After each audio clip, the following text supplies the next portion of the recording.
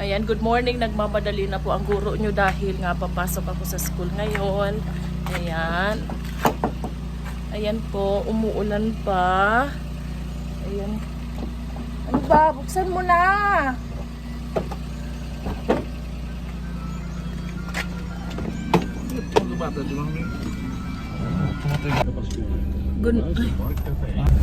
Ayan, good morning mga ka-explorer. First day of school ngayong 2025. Di ka nag-seatbelt daddy. Ihinto mo muna yan dahil hindi yan titigil.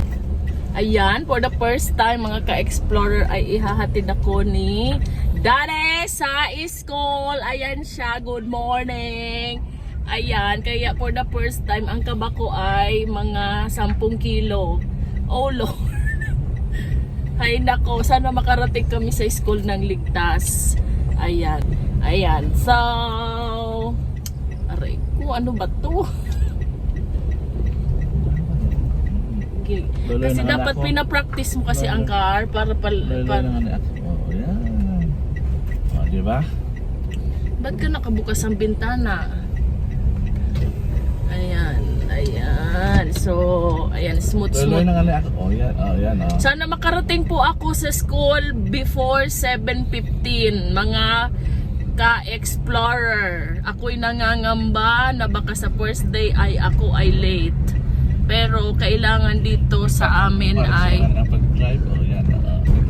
ayan. So, mga ka-explorer, abangan nyo na lang. Sana makarating po ako sa school. Ano ba yan? Ano ba? Ito mga ka-explorer ang daan papunta sa school ko. Ayan, maulan po ngayong unang araw ng pasok ng 2025. Ayan, January 2. So, ayan, dahan-dahan lang po mag-drive si ka-explorer Belgium dahil hindi siya sanay sa daang masikip. Ayan po. So, ayan, ang nervyos ko po kung kanina 10 kilo, ngayon mga 50 kilo na. At mamaya hindi ko na alam pag uwi niya kung makaka-uwi. Sana makauwi naman siya ng ligtas dahil yung anak namin ay nag-aantay sa bahay. Dahil hindi kasama. Teka lang! Hindi siya kasama dahil inuubo po si bebe. Maulan pa naman, baka lumala pa yung ubo. Umiinom pa po siya ng gamot para sa kanyang ubo. Ayan, sabi ni ka-explorer Belgium ay pagdating daw sa school ay siya naman daw ang ihahatid ko pa uwi ng bahay. Diyos ko, so paano tayo nito makakapagtrabaho kung pahatid-hatid kaming dalawa? Ay nako. Alam mo ba kung paano lumiko? Ililiko mo pa tong sasakyan doon. Medyo masikip doon dahil ang daming sasakyan doon. Kaya mo yan, Rico. Kaya mo yan. Doon lang tayo ihinto sa... Ganito din, ganito. Oo. Hindi, I mean, madami kasing nakapark doon ng mga sasakyan kasi naghahatid din ng mga estudyante. Kasi nga, nasa central school kami. Kaya mga nakasasakyan din ng mga estudyante. Ayan. Sana all lang. Yes. Opo. Mayroong mga naka-Fortuner, may naka-Montero, may mga naka-van. Ayan. Tapos nag-school sa private school. Ay, wala ka nang pakialam doon. Walang pakialamanan. Kasi magagaling ang mga teacher sa Anislag Elementary School. Oops, pinto muna dahil may truck.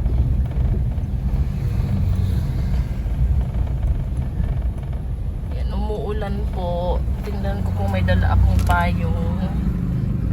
Ayan, ang dami kong dala-dala. May tubig. Ay, nahulog sila. Nahulog yung aking lab. Sige lang, huwag kang makialam.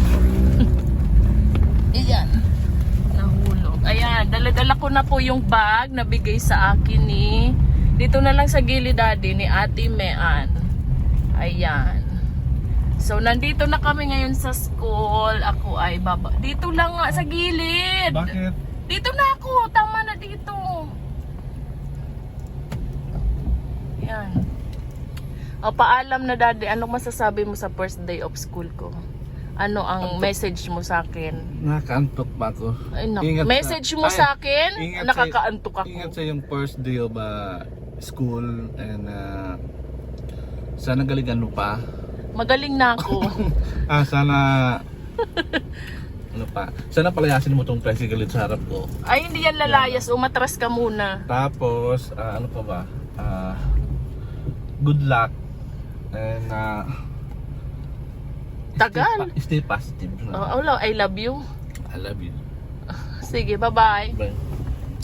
Sige. Baba na. Bababa na po ako. Ang baho. Hindi ka nag-toothbrush.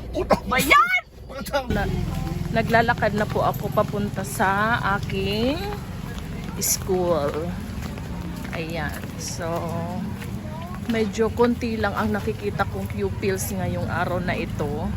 Siguro nakapasok na sila sa kanilang mga classroom. So, ayan po.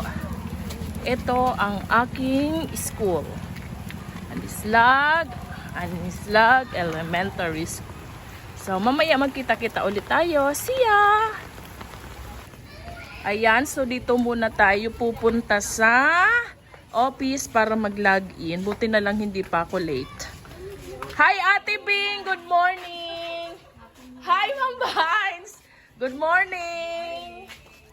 Buenos dias! Ayan, pagkatapos natin mag-login sa office, ay dito na tayo. Maglalakad ako papunta sa aking classroom. Ayan. So, ito ang classroom ng grade 6. Baba ko yung camera dahil may mga bata. Ay, hinihingal ako dahil ang room ko ay malayo sa kabihasnan. Ayan. Punta na po ako sa aking classroom.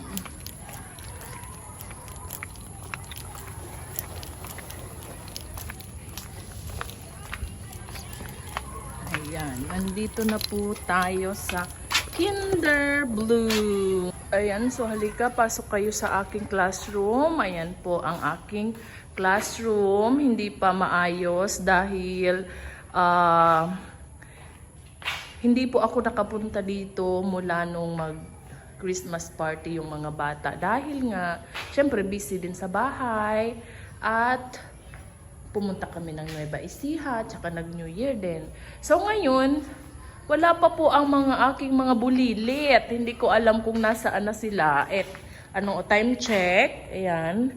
7, ano na to? Basta, hindi ko mabasa. Ayan, lagpas ng 7:15, late na ata ang aking mga pupils. Ayan, so habang nag-aantay, aayusin ko muna itong classroom. Ayan, thank you. See you naman mamaya para sa ating mga update, mga ka-explorer. Ayan, good morning, good morning, good morning. Andito ako ngayon sa aking room. Ayan, ang daming galat. Ayan, so, kunin muna natin ang ating walis. Ayan. Meron akong dumating na estudyante pero isa lang. Ayan. So, hindi naman po ako nagsabi na walang pasok ngayon. Sadya lang na ewan ko, siguro mga puyat pa yung mga nanay kaya hindi nila naipasok at nakapasok at ang iba naman po ay nasa bakasyon pa. Ayan. So, pasensya na kayo at magulo pa yung camera at hindi pa naman sanay ang inyong ka-explorer din. Ayan. So, ngayon, samahan nyo muna ako at ako'y maglilinis ng aking classroom. Gawa na sobrang maalikabok na po ang aking room ngayon. Ayan. So, sayang naman yung makeup natin for today's video. Dahil maalikabukan lang. Walang parent na dumating, kaya walang katulong si Denden ngayon. Ayan. So, i-share ko lang na masaya ang puso ko ngayon dahil hinatid ako ni Belgium, di ba? Saya pala sa pakiramdam. Alam nyo ba na it is the very, very, very, very first time in the history of our marriage na hinatid niya ako. Kaso nga lang yung inervyos ko is 50 kilos. Ayan. Ang bigat. Kala ko malulubog eh. Tapos nung tinatawagan ko pa, ang tagal pa sumagot dahil nga kinakabahan ako baka kung ano na nagasgasan yung kotse. Nalala pa yung kotse. So, yun, nakauwi naman daw po siya ng ligtas doon sa bahay. So, ayun na nga, di ba, ang sabi ko, maglilinis ako, hindi magdadaldal, di ba? Ayan. Hindi tayo magdadaldal ngayon. Ayan, tignan nyo, mayroon pa akong pa-brooch. Ayan, so ito po ang aming uniform. Blue, it's a Thursday uniform of DepEd teachers. Ayan, so ito ang aking simpleng room. Malawak lang. Yan, malawak lang siya. Dahil nga, play area lang ito. Nagpi-play lang naman kami ng mga kids and konting lesson. The rest play na. So, ayan. Maglilinis nga pala ako. Ay, naku, tulungan nyo naman ako. Yung malapit dito, pwede naman siguro pumunta para tulungan ako mag-clean. Ayan. So, hayaan nyo na. Ayan. So, linis-linis pag may time. Anak! Doon ka muna, anak, sa gilid. Doon mag-play ka na muna doon. Bibigyan kita ng laruan. Ayun kuha ka doon ng kuha ka doon anak ng, ayan, laruan mo, mga name blocks, di ba? Gusto mo mag-play niyan? Sige, kuha ka na po. Ayan. Mamaya, magwa-one-on-one tayo, magsusulat ka ng name. Sige, dali mo na po yan na tray. Dali mo na yan na tray. Dali mo na po yan na tray. Diba? Dali ka muna sa gilid, ha? Kasi maglilinis sa teacher. Dali ka dito. Dali mo yung chair mo. Dito ka na lang. Ayan, malinis ka dyan. Malinis ka po dyan. Dali ka muna mag-play, ha?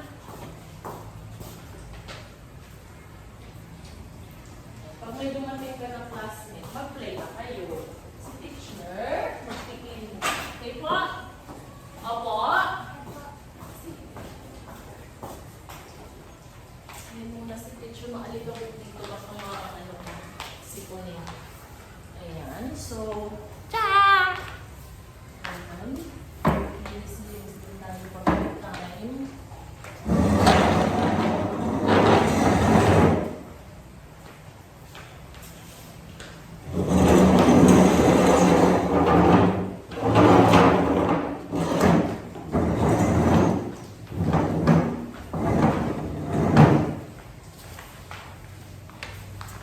Alam nyo ba na meron na din ako mga haters?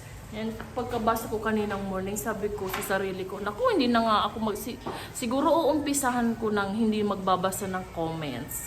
Kasi meron na-hurt ang damdamin. Alam nyo naman ang damdamin ko marupok, di ba nga? Parang ang bilis masaktan. Ingatan nyo naman ang puso ko at mabilis akong masaktan. Ayan po. Pero, haters gonna hate. Well, see you every day. Okay. Linis-linis tayo muna.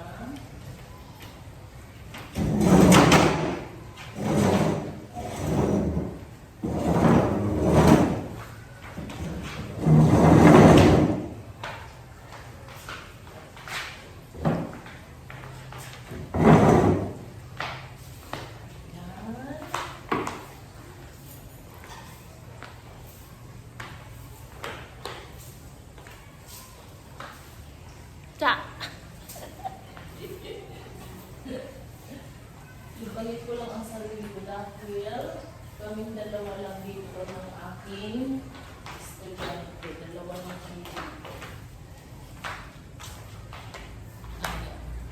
Malayo kami sa kabihasnan.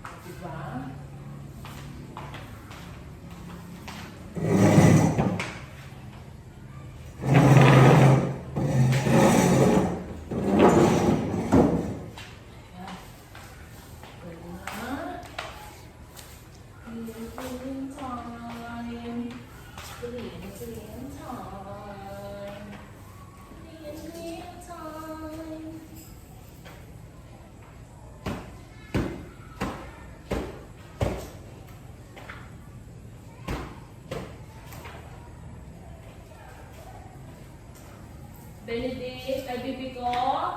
Sumali ka ba sa Christmas party? Okay. So, hinihingal ako. Kulang na kasi sa practice. Ayan. So, share ko lang. Meron pala ako ditong pasupa. Ayan. So, dito naman ako part nilinis.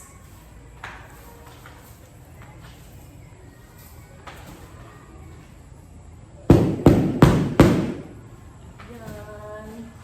It's against the light.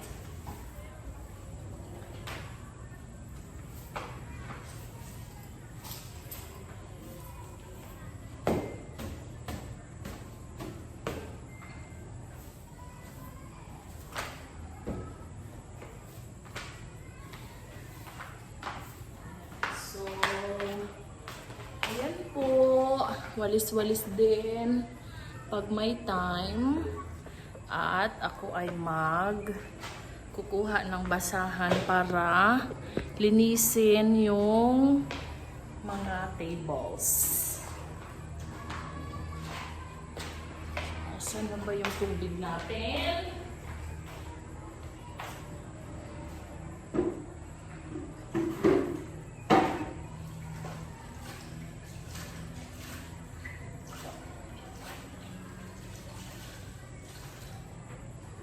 Clean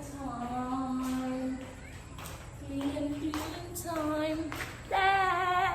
Di ba kayo nagsasawa sa pagmumukhang to? Sana hindi, no? Huwag kayo magsasawa dahil di rin ako magsasawang magdaldal na. Ayan. So, ito ay lilinisin ko ito, yung mga tables. Para naman. At saka mamaya lalagyan ko yan ng alcohol para ma-disinfect natin yung mga mikrobyo. Kasi nga, ang aking mga estudyante ay baby. 'Di ba? Mga baby pa. So, para ako nilang mga mami, ayaw ko silang nagkakasakit. Baka dito pa nila makuha yung sakit. So, maalikabok. Pakapunas ko nitong, tignan malinis ng trapo. Pakalinis ko ng mga table. Pag nabasa ko na siya, tapos hintayin kong matuyo. Tapos, lalagyan ko ng alcohol. So, ayan muna for today's vlog. Maglilinis na muna po ako ng classroom. Medyo madami ito. So, good morning! Buenos dias! Okay, so salamat sa palaging panonood sa Bell and then The Explorer. Ayan. So mga ka-explorer, sana ay magkaroon kayo ng magandang umaga at na may pagmamahal palagi sa ating mga puso. Ayan, magre-ready lang ako dahil magvi-visit daw po ang aming supervisor. So, see ya! Bye!